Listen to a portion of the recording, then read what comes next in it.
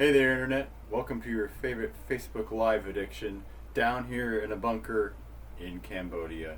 This is another episode of Mr.V's Garage Band, and today we're going to be talking about this circle shaped instrument that some people say is French, some people say is German, some people say is Roman. It's kind of hard to tell which is which.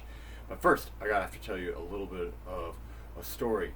So, a long time ago, we talked about the trumpets being kind of perfected by the ancient Romans and how they perfected the art of making brass instruments into the shape of long tubes, right?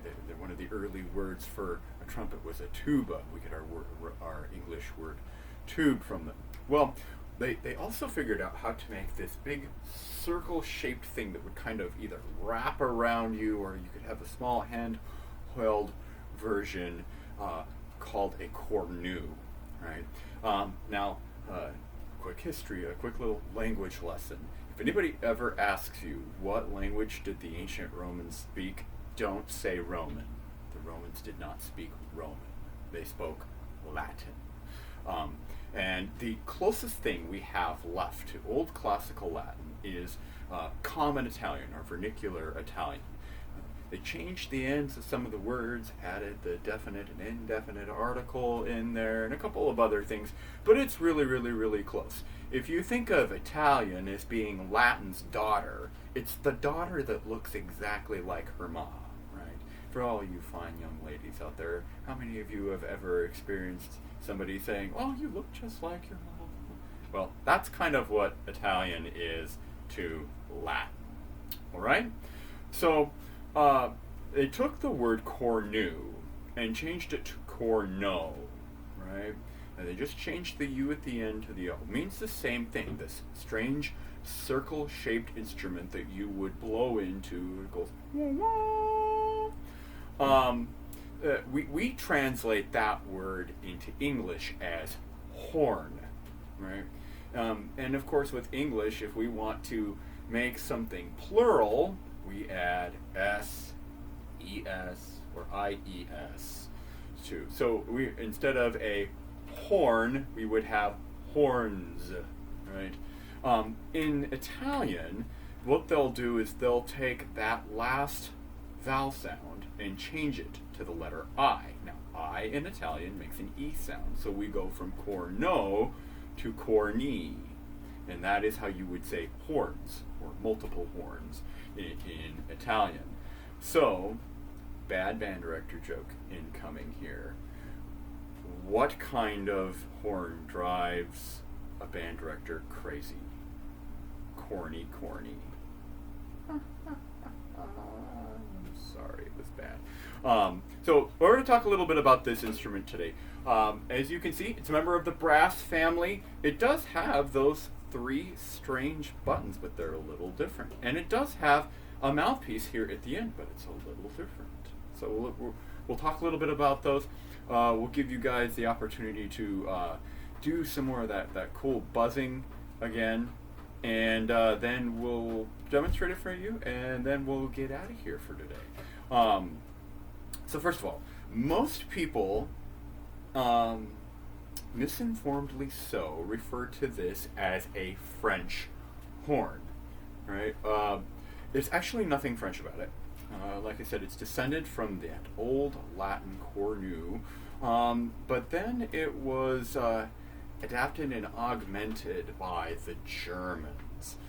The instrument that you see in my hand today is mostly German. Well, why on earth would they recall it something French?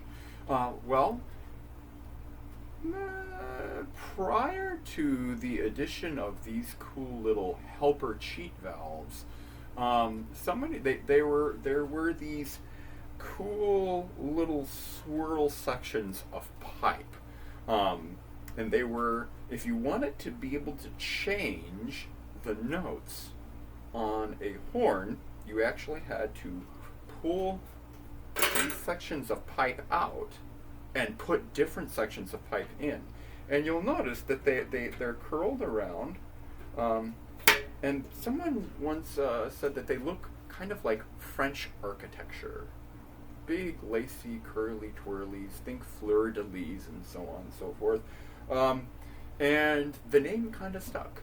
It looked French to whomever it was. Well, it's not French, it's German. These pieces of pipe that can come in and out were called crooks. Now, we're not talking about the crook that, like Richard Nixon, I am not a crook. Think like shepherd's crook, like a stick with a nice little bend at the top, or like a candy cane, which was modeled after a shepherd's crook. So that is where what these pipes would have originally been called. People would ride on horseback, chasing after foxes. They would hold this up and give big blasts to try and drive the foxes and the hounds during hunting for sport. It's still kind of a thing back there. In fact, there are entire operas written about that. So this is sometimes called the French horn. It's not French. The technical, if you want to be snooty band director term for what this is called a horn in F. And it is, why is it not horn in B flat, horn in A, or horn in D? And actually, the cool thing is that all those different horns do kind of exist out there. It's typically called a horn in F because if I buzz the lowest possible pitch, open valved, on this instrument, it will end up sounding as a concert F.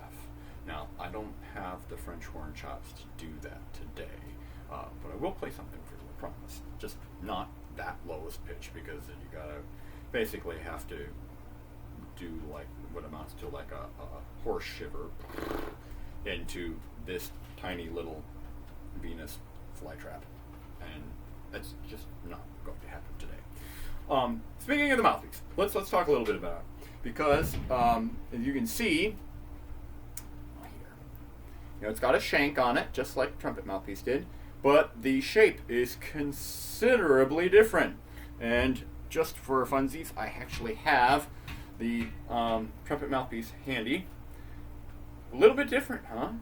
Now, I would say probably about 99% of all brass instruments have a mouthpiece that is bowl-shaped, like the trumpet mouthpiece. But the French horns is flute-shaped. And this is really, really important because it creates a very unique challenge for playing the French horn. What it does, remember how on a trumpet we were able to play all those different notes, like in revelry, or call to the post, or taps. Well, on the bottom end of that, those notes are spread out pretty far away. Jump an octave, and then a fifth, and then a fourth, and then a third. Well, with a French horn mouthpiece, we take those notes and we squish them together. And so your lips will have to be super, super, super accurate when you're buzzing from note to note to note. All right? It still has that buzzy sound to it, but it is definitely quite a bit more difficult when we put it into the instrument. So let's pick the instrument up. You may recall when we talked about the trumpet that all brass instruments are part cylindrical or cylinder shaped, same length, same width, and then part conical, where it goes from more narrow to very wide, especially at the bell. Now, what I did not mention was that all brass instruments are a particular ratio of that. They're either 1/3 cylindrical, 2/3 conical, or 2/3 cylindrical and 1/3 conical. And why does that matter?